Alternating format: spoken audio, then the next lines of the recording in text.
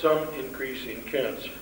This occurred within a few decades of the discovery of radar, and the data were not very widely disseminated, and partly that's because people weren't concerned about what might happen in 25 years to technicians who were exposed at that time. They were fighting a war. And part of the problems that we have today derives from that rather realistic but not very sensitive preoccupation. The United States permits some of the greatest levels of exposure to the human populations in the world. If you compare those standards to other countries in Europe and China and Russia, you will note that the standards are much lower. They're all looking at the same science base. So why is there such a difference? The spectrum goes all the way from extra low frequency 60 hertz power fields that give us electricity all the way up through radio waves, microwaves, and the communication frequencies, and then on over into the visible light, and then further than that we're into ionizing radiation or X-rays and gamma rays. And in the old days we used to think only the ionizing radiation part of the spectrum was carcinogenic or had the potential to cause cancer. Well, we're finding that that was maybe too arbitrary a delineation, and now we're seeing that we may have carcinogenic effects down in the lower frequency ranges. And we're talking about power, and we're talking about communication, wireless communication.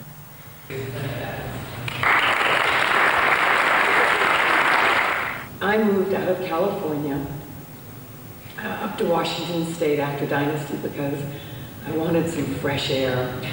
I wanted to live where they had clean water, and I just liked the whole environmental state of Washington.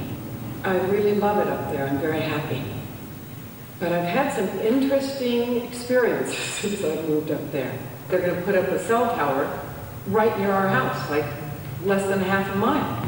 It's going to be loaded with unlimited Whipson antennas. Now, 300 feet, and the extra 15 are for the Whipson antennas, is 40 feet less than the Space Needle in Seattle.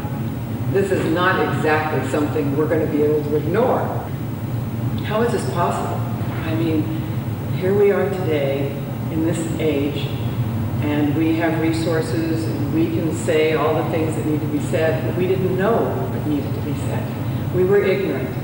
We went to the hearing passionate, and it didn't mean anything what we said. They said, well, these are all health issues, this doesn't really count, and so, okay, we lost. My intention is to let the American public know we have no rights, which is a frightening thing. The FCC has the regulatory power over telecommunication facilities through the Telecommunications Act of 1996. What local governments have control over, what we have the authority to do, is only to regulate the placement, the construction, and the design of telecommunication facilities. We are prohibited from taking into consideration the health and safety impacts of those antennas. So what do you want the government to do? Well, firstly, I need the laws to be changed, because what we found out is that the public really doesn't have much of a chance against the Telecommunications Act.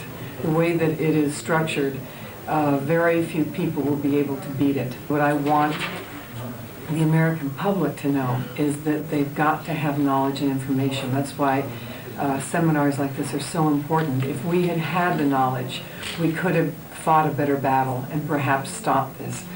And I have a lawyer, I have resources. I can just imagine what the average American is going to come up against when they try to fight this, if this is going to go in my backyard.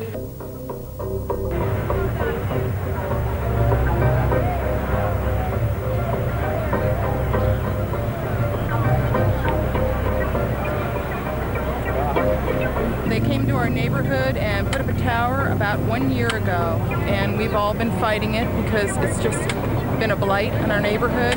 and we've been working on a moratorium within Butte County, and they've adopted the strongest ordinance in the United States. And we're hoping the city of Chico will follow suit, and so will other cities and areas.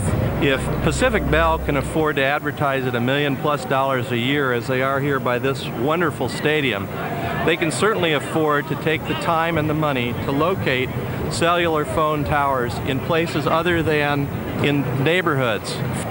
The Telecommunications Act of 1996, Section 704, provides that we can't do anything about the health risks, according to the Congress.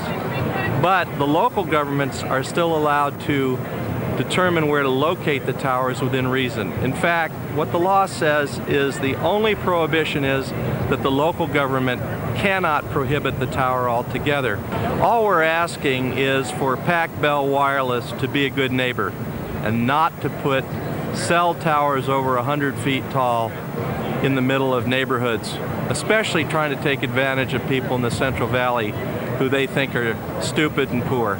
We think that we have to work with people across the state and across the nation in order to protect them from predators like Pac Bell Wireless. The only thing that communities can do is write an ordinance, and that takes time, and usually it's only after a disaster has happened, like in our community.